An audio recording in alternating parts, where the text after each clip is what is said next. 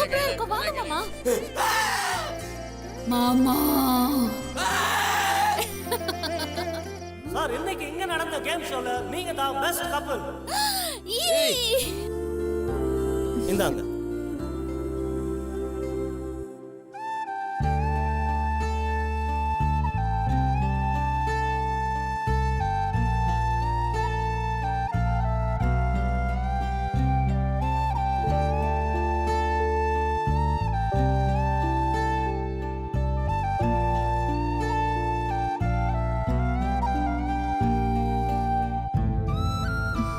என்ன மாமா ரொம்ப பசிக்குதா?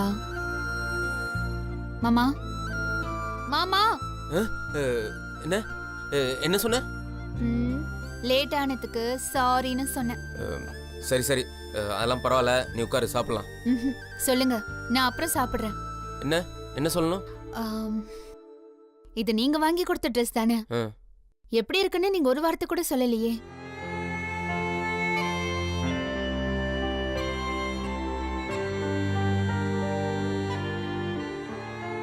அதெல்லாம் அதெல்லாம் நல்லா தான் இருக்குது. நீ முதல்ல உட்காரு சாப்பிடலாம். நீங்க தான் பசியா இருக்கீங்க, நீங்க முதல்ல சாப்பிடுங்க, நான் அப்புறமா சாப்பிட்டுக்கிறேன். இல்லை இல்லை பரவாயில்ல, இருக்கட்டும். நீயும் உட்காரு, நம்ம 2 பேரும் சேர்ந்து சாப்பிடலாம். அந்த காலத்துலலாம் புருஷன் மெச்சு வச்ச சாப்பாட்டை தான் பொண்டாட்டி சாப்பிடுவா. அதனால இன்னைக்கு நம்ம கேண்டில் லைட் டின்னர் கொஞ்சம் டிஃப்ரெண்டா இருக்கட்டும். முதல்ல உங்களுக்கு பிடிச்சதெல்லாம் நீங்க சாப்பிடுங்க. நீங்க எதெல்லாம் ரொம்ப விரும்பி சாப்பிடுறீங்களோ அதெல்லாம் அதுக்கப்புறமா நான் சாப்பிடுறேன். ஐய, என்ன விளையாட்டு இது? ஒருத்தர் மிச்சம் வச்சதை இன்னொருத்தர் சாப்பிட்றதா? அதுக்காக இவ்வளோ வாங்கி வச்சிருக்குது. நீ உட்காரு, ஒன்னாவே சாப்பிடலாம். இல்ல மாமா, நீங்க ஃபர்ஸ்ட் மனசார சந்தோஷமா சாப்பிடுங்க, அப்புறமா நான் சாப்பிடுறேன். காலையில இருந்து நீ எல்லாத்துலயும் அடம் பிடிக்கிற. இதெல்லாம் சரியில்லை சொல்லிட்டேன். சரி சாப்பிடுங்க மாமா.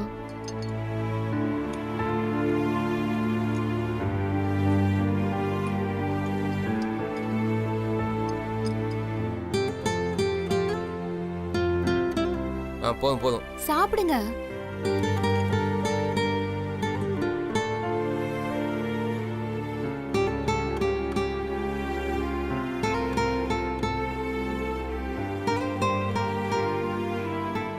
ரொம்ப தேங்க்ஸ் மாமா. எதுக்கு இப்ப தேங்க்ஸ் எல்லாம்? இன்னைக்கு நான் எவ்வளவு சந்தோஷமா இருந்தேன் தெரியுமா? நான் உங்ககிட்ட கேட்டதெல்லாம் ஒரு வார்த்தைக்கு கூட முகம் சுளிக்காம செஞ்சீங்க. நீங்க அந்த ரோலர் கோஸ்டர் ரைட்ல என் கையை இறுக்கி பிடிச்சப்பவும் சரி, பேய்க்கு பயந்து என்னை கட்டி பிடிச்சப்பவும் சரி, நான் உங்க கூட நெருக்கமா இருக்கும்போது ஒவ்வொரு நொடியும் நான் சந்தோஷமா சிரிக்கும் போது நான் எவ்வளவு சந்தோஷமா இருந்தேன்னு என்னால வார்த்தையால சொல்ல முடியல மாமா. இன்னைக்குதான் என் வாழ்க்கையில ரொம்ப சந்தோஷமான நாள். இந்த நாளை நீங்க எனக்காக கொடுத்ததுக்கு ரொம்ப தேங்க்ஸ் மாமா. சரி சரி, அந்த பிரியாணி கொஞ்சம் எடுத்து வை.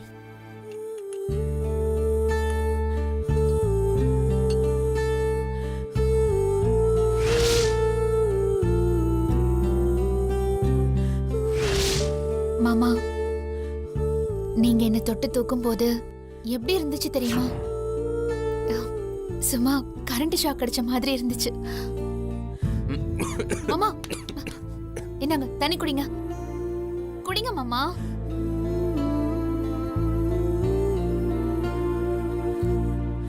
இந்த பாரு, இந்த மாதிரிலாம் பேசிட்டு இருக்காத, புரியுதா? எந்த மாதிரிலாம்? அதான் இந்த மாதிரிலாம் இப்ப பேசுனே, அந்த மாதிரிலாம் பேசாத. என்ன மாமா சொல்றீங்க? ரொம்ப நாள் பிரிஞ்சிருந்த கணவன் மனைவி கூட பிரிஞ்சதுக்கு அப்புறமா நெருக்கம் ஏற்பட்டா அவ்வளோ சந்தோஷமா அந்த பொண்ணோட கண்ணை அவ புருஷன் பார்க்கும்போது ஒரு பொண்ணுக்கு எவ்வளவு சந்தோஷமா இருக்கும் தெரியுமா? நீங்க என் வாழ்க்கையவே எனக்காக திருப்பி கொடுத்த மாதிரி இருந்துச்சு மாமா. நான் ஏதோ எதேச்சியா தான் கேட்டேன். ஆனா நீங்க என்னை இவ்ளோ சந்தோஷமா வச்சுப்பீங்கன்னு நான் நினைச்சு கூட பார்க்கல மாமா. இதுக்கெல்லாம் நான் உங்களுக்கு ஒரு மனைவியா நன்றி சொல்லணுமா, இல்ல நன்றி கடனா நான் உங்களை இன்னும் சந்தோஷமா வச்சுக்கணுமான்னு எனக்கு ஒண்ணுமே புரியல மாமா. நம்ம ஒரு கணவன் மனைவியா இவ்ளோ நாளும் இவ்ளோ நெருக்கமா இருந்ததே இல்ல. அதனால எனக்கு என்ன சொல்றதுன்னே தெரியல மாமா. இந்த பாரு, நீ எதுவும் சொல்ல வேணாம். ஒண்ணு சாப்பிடு, இல்ல அப்படி தூரமா போய் உட்காரு. நான் சாப்பிட்டு முடிச்சிடறேன், அதுக்கப்புறமா நீ வந்து சாப்பிடு. சரி சரி, உங்ககிட்ட நான் இன்னும் நிறைய பேசணும். நான் வெயிட் பண்றேன். சாப்பிட்டு வாங்க.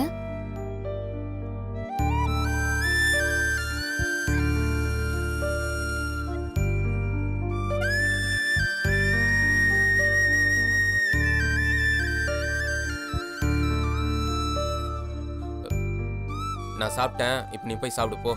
நான் சாப்பிட்றதெல்லாம் இருக்கட்டும். அதுக்கு முன்னாடி நான் உங்ககிட்ட ஒரு முக்கியமான விஷயம் பேசணும். முக்கியமான விஷயமா? அதான் பேசி முடிச்சிட்டியே. அது புறநானூறு, இது அகநானூறு. என்னது? ஒரு கணவன் மனைவிக்கு நடுவுல நடக்கிற ஒரு முக்கியமான விஷயம். நீ என்ன சொல்றேன்னு எனக்கு ஒண்ணுமே புரியல. சரி, உங்களுக்கு புரியற மாதிரியே சொல்றேன். இன்னைக்கு ஃபுல்லா நம்ம ரொம்ப சந்தோஷமா இருந்தோமா இல்லையா? அதெல்லாம் எனக்கு தெரியாது. நீ சந்தோஷமா இருந்தில்ல? ரொம்ப சந்தோஷமா இருந்தேன். அது போதும் எனக்கு. அந்த சந்தோஷம் என் வாழ்க்கை ஃபுல்லா நிலைச்சிருக்கணும்னு நினைக்கிறேன்.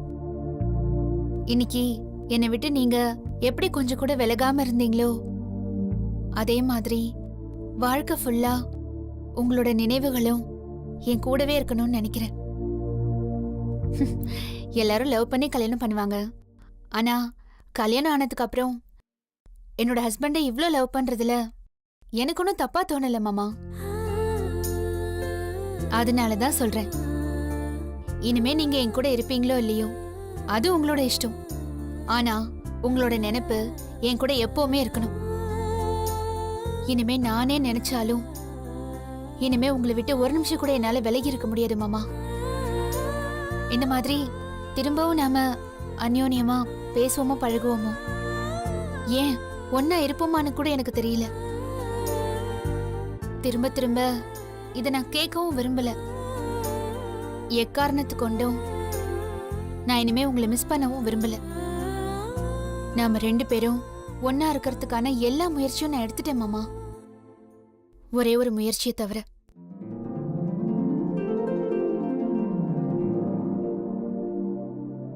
உடலும் உணர்வும் மனசும் ஒன்னா சேரும்போதுதான் கணவன் மனைவிக்குள்ள நிஜமான ஒரு அன்பு ஏற்படும்னு சொல்லுவாங்க. அத நான் இந்த க்ஷணத்துல இருந்து, இந்த நாள்ல இருந்து, இந்த நிமிஷத்துல இருந்து ஆரம்பிக்கணும்னு நினைக்கிறேன் மாமா. இந்த 4 செவத்துக்குள்ள ஒரு கணவன் மனைவியா நம்ம எல்லா விதத்திலையும் ஒவ்வொரு நிமிஷமும் நம்ம சந்தோஷமா வாழணும் மாமா. அது போதும் எனக்கு. உங்க நினைவிலேயே நான் வாழ்க்கை ஃபுல்லா வாழ்ந்துருவேன். ஏதாச்சும் சொல்லுங்க மாமா.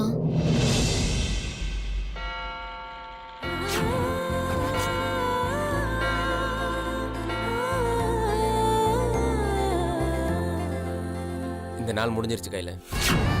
மாமா, உன் பிறந்த நாளுக்கு நீ ஆசைப்பட்டு கேட்ட, அதனால உன் மனசை புண்படுத்தாம நீ கேட்டதெல்லாம் நான் செஞ்சேன். இப்ப நீ கேட்ட நேரம் முடிஞ்சு போச்சு. வா போலாம். மாமா, நான் உங்ககிட்ட எதுவும் தப்பா கேட்கலையே. ஒரு சராசரி பொண்ணா நான் என் புருஷன் கூட இருக்கணும்னு தானே கேக்குறேன். அதுல என்ன மாமா தப்பு இருக்கு? ஏய், என்ன நீ விட்டா பேசிட்டே போற? மாமா, இந்த பாரு, வருஷத்துக்கு ஒரு நாள் சந்தோஷமா இருக்கணும்னா ஊட்டி கொடைக்கானல்னு போலாம். ஆனா அதுவே வாழ்க்கையாயிருமா? இல்ல தினமும் அப்படியே தான் வாழ்ந்துட முடியுமா? இங்க பாரு, உனக்கு எனக்கு ஒத்து வராதுன்னு உங்ககிட்ட நான் தெளிவா சொல்லிட்டேன். ஏதோ நீ ஆசைப்பட்டு கேட்டேன் தான் இன்னைக்கு நான் இதெல்லாம் செஞ்சேன். இங்க பாரு, இதெல்லாம் நான் என் மனப்பூர்வமாலாம் செய்யல. மாமா, இந்த பாரு, உனக்கு கொடுத்த நேரம் முடிஞ்சு போச்சு. நீ முதல்ல கிளம்பு.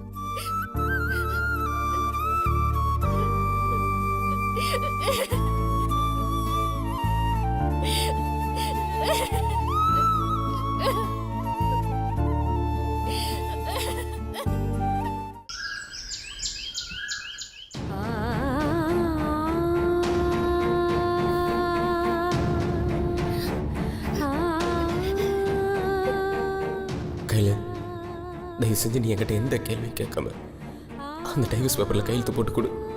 என்ன நீ கேட்குற எந்த கேள்விக்கும் என்னால் பதில் சொல்ல முடியாது கையில். மாமா, இதுல நான் கையெழுத்து போட்டுதான் ஆகணுமா? எனக்கு வேலைக்கு நேரமாச்சு. தயவு செஞ்சு இதில் கொஞ்சம் சீக்கிரமாக கையெழுத்து போடுறியா? இதுக்கு மேல எனக்கு மன்னிப்பே கிடையாது மாமா. இதுதான் உங்க நிரந்தர முடிவா? இந்த பாரு கையில், இதை பற்றி நம்ம நிறைய பேசியாச்சு. உன் பிறந்த நாள் அன்னைக்கு உன் கூட என்ன ஒரு நாள் முழுக்க இருக்க சொன்னேன். நானும் சரி, கடைசியா நீ என்கிட்ட கேட்குறியன்றதுக்காக உனக்காக நான் அதையும் செஞ்சேன். அப்படி நான் உன் கூட சந்தோஷமா இருந்தேனா அடுத்த நாள் நீ எதுவும் கேட்காம கையெழுத்து போடுறேன்னு தானே சொன்னேன். இப்ப எதுக்கு கேள்வி மேல கேள்வி கேட்டுட்டு இருக்க? ஐயோ மாமா, நான் எதுவும் உங்ககிட்ட தப்பா கேட்கலையே. இங்க பாரு, நான் சொன்னதை செஞ்சுட்டேன். இப்ப நீ சொன்னதை செய், அவ்வளவுதான். நீ கையெழுத்து போட்டு கொடு. நான் இந்த டைவர்ஸ் பேப்பரை வாங்கிட்டு போயிட்டே இருக்கேன். அப்புறம் நீ ஆச்சு, உன் வாழ்க்கையாச்சு. மாமா, உங்களை நான் முழுசா புரிஞ்சுக்கிட்டேன் மாமா. ஆனா எதுக்கு இந்த அளவுக்கு என்ன வெறுக்கிறீங்கன்னு சத்தியமா இந்த நிமிஷம் வரைக்கும் எனக்கு புரியவே இல்லை மாமா. நம்ம ரெண்டு பேரும் பிரிஞ்சாதான் நல்லதுன்னு உங்ககிட்ட நான் படிச்சு சொல்லிட்டு இருக்கேன். ஆனா நீ தான் உன்னையே தேவையெல்லாம் போட்டு குழப்பிட்டு இருக்க. தயவு செஞ்சு அப்படியெல்லாம் பண்ணாது. உட்காந்து அழுதுட்டு இருந்தா நேரம் தான் வீணாமே தவிர என் முடிவில் இருந்து எந்த மாற்றமும் வராது. தயவு செஞ்சு அதுல சீக்கிரமா கையெழுத்த போட்டு கொடு. அப்போ நேத்து முழுக்க என் கூட சிரிச்சு சிரிச்சு பேசினதெல்லாம் அதெல்லாம் உண்மை இல்லையா, போலியா? ஏய், அப்படி ஒண்ணு போட்டனா? நேத்து ஒரு நாள் நானாடி உன் கூட இருக்கிறேன்னு சொன்னேன். நீ தானே எனக்கு பிறந்த நாள், என் மனசை புண்படுத்தாதீங்க, அது இது என்ன இழிச்சு பேச வச்ச. ஏதோ சரி போட்டோம், கடைசியா நீ கேக்குறியான்னு நானும் பல்ல கடிச்சிட்டு எல்லாத்தையும் செஞ்சேன். இப்ப நீ அதையும் குத்தோன்றியா? உன் ஆசையை நான் நிறைவேற்றினதான் நான் பண்ண பெரிய தப்புன்றியா? ஐயோ மாமா, அப்படி இல்ல நான் சொல்ல வரல மாமா. இவ்ளோ நாள் நான் உங்க கூட வாழ்ந்த வாழ்க்கையில ஒரு நாள், ஏன் ஒரு நிமிஷம், ஒரு சின்ன விஷயத்துல கூட உங்க மனசுல நான் இடம் பிடிக்கலையா மாமா? மாமா, இது வரைக்கும் நான் உங்களுக்கு பிடிக்காதது மட்டும்தான் பண்ணிருக்கேனா? உங்களுக்கு பிடிச்ச மாதிரி நான் என்னைக்குமே நடந்தது இல்லையா மாமா? சரி மாமா, அப்படி உங்களுக்கு பிடிக்கலனா கூட அதுக்கு இவ்வளவு பெரிய தண்டனையா? இன்னும் நமக்கு வாழறதுக்கு நிறைய நாள் இருக்கு மாமா. மன்னிக்கிறதுக்கும் மறக்கிறதுக்கும் இன்னும் நிறைய நேரம் இருக்கு மாமா. நம்ம என்ன ஃப்ரெண்ட்ஸா மாமா? பிடிக்கலன்னு பிரிஞ்சு போறதுக்கு புருஷன் பொண்டாட்டி மாமா. ஒரு பொண்ணுக்கு அவ புருஷனை விட பெரிய உறவு இந்த உலகத்திலே கிடையாது மாமா. தான் ஆசைப்பட்டு கட்டின புருஷன் அவளை விட்டு போயிட்டானா அந்த காயம் காலத்துக்கும் அழியாது மாமா. அழியவே அழியாது. அந்த வலி என்னைக்குமே போகாது மாமா. ஐயோ கையில என் முன்னாடி தயவு செஞ்சு அழுவாத. இதுக்கு மேல நீ அழுதினா என்னால அதை தாங்க முடியாது. எனக்கு நீ நல்லா இருக்கணும். உன் படிப்புக்கும் தகுதிக்கும் ஏத்த மாதிரி நீ ஒரு நல்ல வாழ்க்கை வாழணும்னா இந்த படிப்பறிவு இல்லாதவன் வாழ்க்கையை விட்டு போயாகணும். கையில புரிஞ்சுக்கோ மாமா. சத்தியமா சொல்றேன் மாமா, சாக போற கடைசி நிமிஷம் எப்படி இருக்குமோ அப்படிதான் மாமா இருக்கு எனக்கு. நீ இல்லாத வாழ்க்கை எனக்கு ஒரு வாழ்க்கையே இல்ல மாமா. கடைசியா கேக்குற மாமா, இதெல்லாம் இப்ப கூட வேண்டான்னு ஒரு வார்த்தை சொல்லுங்க. இந்த டைவர்ஸ் பேப்பர்லாம் கிழிச்சு போட்டுட்டு இந்த நிமிஷத்துல இருந்து ஒரு புது வாழ்க்கைய ஆரம்பிக்கலாம் மாமா. ஐயோ கையில தயவு செஞ்சு நீ இப்படி எல்லாம் பேசாது. எங்க நானே மனசு மாறிடணும்னு எனக்கே பயமா இருக்கு.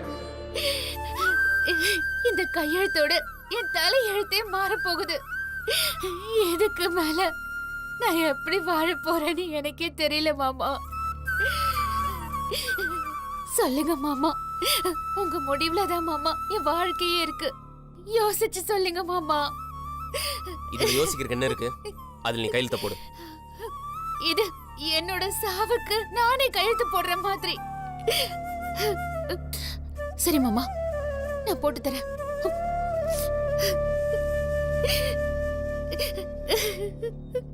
என் வாழ்க்கையில எல்லாமே என்ன மீறி நடக்குது கையில.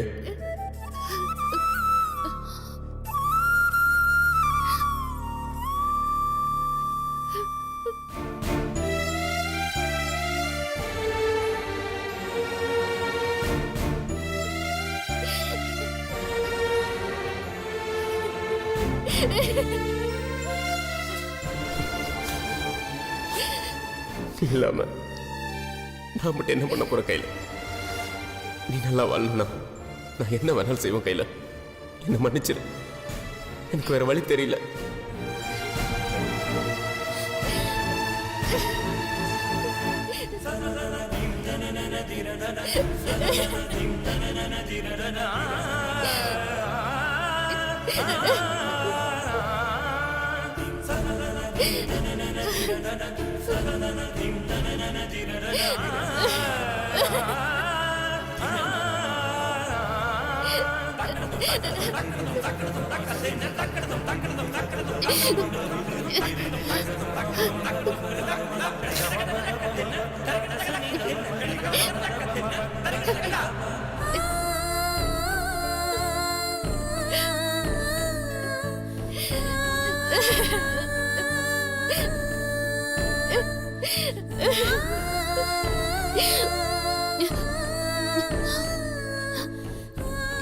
நீங்க ஆசைப்பட்ட மாதிரி நமக்குள்ள எல்லாமே முடிஞ்சிருச்சு.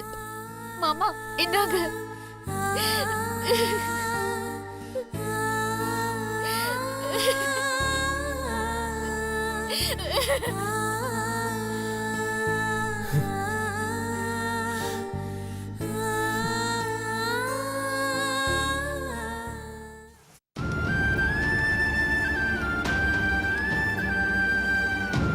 அக்கா என்னடா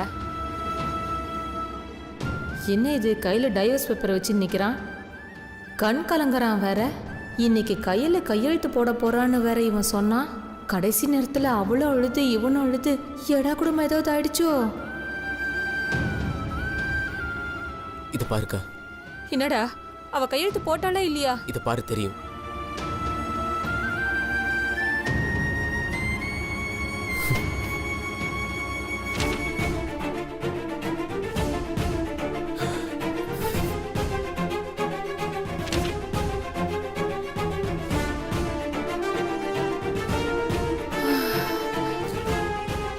அப்பாடி எப்படியும் கையெழுத்து போட்டிருக்கா. டேய் பிரபா, அதான் கையெழுத்தெல்லாம் வாங்கிட்டியேடா. இனிமே உன் கஷ்டம் போராட்டம் எல்லாமே முடிஞ்சிருச்சுடா. அப்புறம் ஏன்டா அழுவுற? என் உசிரே போன மாதிரி இருக்குக்கா. டேய் நீ பாட்டுக்கு பொருத்தம் சரியில்லை, அவன் என்னை கட்டிக்கிட்டு ரொம்ப கஷ்டப்படுறா, அப்படி இப்படின்னு எனக்கு கையெழுத்து வாங்க சொன்னேன். இந்த ஒரு கையெழுத்து அவகிட்ட நான் வாங்குறதுக்குள்ள அவன் மனசை நான் எப்படிலாம் உடைச்சேன் தெரியுமா? அவளை நான் எவ்வளவு கஷ்டப்படுதுன்னு தெரியுமா? இந்த கையெழுத்து அவ போடும்போது கூட அவ எப்படி என்கிட்ட வேண்டாம் வேண்டாம் சொல்லி அழுதா தெரியுமா? அவ காலில் உள்ளதா குறைய என்கிட்ட கெஞ்சு போகுது. என் மனசு அப்படி ஸ்கூல் உடஞ்சிருச்சுக்கா. ஆனா நான் உனக்கு பண்ணி கொடுத்த சத்தியத்துக்காக நான் எதுவும் பேசலையே. ஒரு வார்த்தை அவளுக்கு நான் ஆறுதலா பேசல. ஐயோ, இவன் மறுபடியும் அவகிட்ட பேசினா கதையே மாறிடுமே. வேற எதனா சொல்லி இப்போதைக்கு இவனை வீட்டை விட்டு அனுப்ப வேண்டியதுதான். டேய் பிரபா, எனக்கு மட்டும் என்னடா இப்படி எல்லாம் என் பொண்ணு வாழ்க்கையில நடக்கிறத பார்த்து சந்தோஷமா என்ன? எனக்கு இந்த விவாகரத்தை எல்லாம் யோசிச்சு பார்க்கும்போது நெஞ்சே வெடிச்சிரும் போல இருக்குடா. ஆனா என்ன பண்றது, நான் ஒரு முட்டாள். ஓ மானத்தையும் அம்மா மானத்தையும் காப்பாத்துறதுக்காக அவசரப்பட்டு என் பொண்ணு உனக்கு கட்டி கொடுத்துட்டேன். ஆனா நீயே சொல்லு, கல்யாணத்துக்கு அப்புறம் என் பொண்ணு ஒரு நாளாச்சும் சந்தோஷமா இருந்திருக்காளா? அவளோட படிப்புக்கும் அறிவுக்கும் நீதான் அவளுக்கு கரெக்டான மாப்பிள்ளையா? நீயே சொல்லு. நீ ஆட்டோ போயிடுச்சுன்னு அவளை விட்டு ஒரேடியா போக பார்த்த. அப்போ ஒரு தாய் மனசு எவ்வளவு பதச்சிருக்கும் கொஞ்சம் யோசிச்சு பாரு. அப்பதான் நான் முடிவு பண்ணேன், என் பொண்ணு இப்படி 5க்கும் 10க்கும் கஷ்டப்படுற வாழ்க்கைய வாழக்கூடாது. அவ தகுதிக்கு ஏத்த மாதிரி பெரிய வாழ்க்கை வாழணும். இனிமே அவ வாழ்க்கையில கஷ்டப்படவே கூடாதுன்னு முடிவு பண்ண. உன்கிட்ட மடி ஏந்தி பிச்சை கேட்ட. அது ஒரு தப்பாடா? டேய் பிரபா, அழாதடா. அவ எனக்கு பொண்ணுன்னா நீ என் கூட பிறந்த தம்பிடா. உனக்கு அப்புறம் தானே அவ பிறந்தா. நிஜமாவே உங்க 2 பேரு ஜாதகத்தையும் நிறைய இடத்துல நான் காமிச்சேன்டா. இது ஒட்டாதுன்னு பெரிய பெரிய நாடி ஜோசியக்காரங்க கூட சொல்லிட்டாங்கடா. எல்லாத்தையும் விட உன் உயிருக்கே ஆபத்து வரும்னு சொல்லிட்டாங்கடா. உனக்கு ஏதாவது ஆச்சுன்னா என்னால தாங்க முடியுமாடா? அதனால தாண்டா உங்க 2 பேர் வாழ்க்கையை பத்தி நல்லா யோசிச்சு தாண்டா இந்த முடிவையே நான் எடுத்தேன். நம்ம பேசுறதையெல்லாம் இவன் நம்பறானா இல்லையா? எங்க 2 பேர்த்தோட ஜாதகம் சேரலையாக்கா? ஆமாண்ட பிரபா, நீ அவளுக்கு கொஞ்சம் கூட பொருத்தம் இல்லைன்னு சிதம்பரம் ஜோசியர் கூட சொல்லிட்டாருடா. நான் சொல்றேன்னு தப்பா நினைச்சுக்காத. நிஜமாவே உங்க 2 பேருக்கும் எந்த விதத்திலையும் ஒட்டவே இல்லடா. நான் தான் அவசரப்பட்டு தப்பு பண்ணிட்டேன். முட்டாள் முட்டாள் முட்டாள். அழுவாதக்கா, நீ அழுவுற. எல்லாம் என் விதிக்கா, என் தலையெழுத்து. நான் கொடுத்து வச்சது அவ்வளவுதான். நான் விரும்பின வாழ்க்கையும் எனக்கு கிடைக்கல. எல்லா பிரச்சனைக்கு அப்புறம் இனியாவது கையில கண் கலங்காம பாத்துக்கலாம் நினைச்சேன். அதுவும் என்னால முடியல. நீ சொன்ன மாதிரியே நான் ஒரு ராசி இல்லாதவன் போல இருக்குதுக்கா. நான் எதை விரும்பினாலுமே அது எனக்கு கிடைக்கிறதே இல்லக்கா. என் ஆட்டோல இருந்து நான் கட்டின இந்த பொண்ணு வரைக்கும் என் வாழ்க்கைய ஒரு வேஸ்ட் தான் நினைக்கிறேக்கா. என் வாழ்க்கைய வேஸ்ட் தான் போல. டேய் பிரபா, அப்படியெல்லாம் பேசாதடா. நீ நினைச்சே பார்க்க முடியாத அளவுக்கு கையிலோட மனசை நான் உடைச்சிருக்கக்கா. நானே போய் அவகிட்ட பேசினாலும் அவன் என்கிட்ட திரும்பி பேசுவாளான்னு கூட எனக்கு தெரியல. அந்த அளவுக்கு நான் கையில அள வச்சிருக்கேன். அதை நினைக்கும் போதுதான். டேய் பிரபா, நீ எதுவும் தப்பா நினைச்சுக்காத. நீங்க நின்னு அழுதுகிட்டு இருக்காதடா, அவ வந்துட போறாடா. நிச்சயமா உன் மனசு பாரமா தான் இருக்கும், எனக்கு புரியுது. ஆனா இன்னைக்கு கையில அழுவுறான்னா நாளை பின்ன அவ நல்லா இருப்பாடா. அவ வாழ்க்கையே இப்ப நீ அவளுக்கு போட்ட பிச்சை தானே. உனக்கு எப்படி நன்றி சொல்றதுன்னு எனக்கு தெரியலடா. டேய், தயவு செஞ்சு இப்படி நின்னு அழாதடா, உனக்கு கெஞ்சி கேட்டுக்கிறேன்டா. நான் போறேன். என் வாழ்க்கையில எனக்கு கிடைச்ச ஒரே நல்ல விஷயம் கையில் தான். இன்னைக்கு நான் அவளே இழந்துட்டேன். இனி நான் எப்படி வாழ போறேன்னு எனக்கு தெரியலக்கா.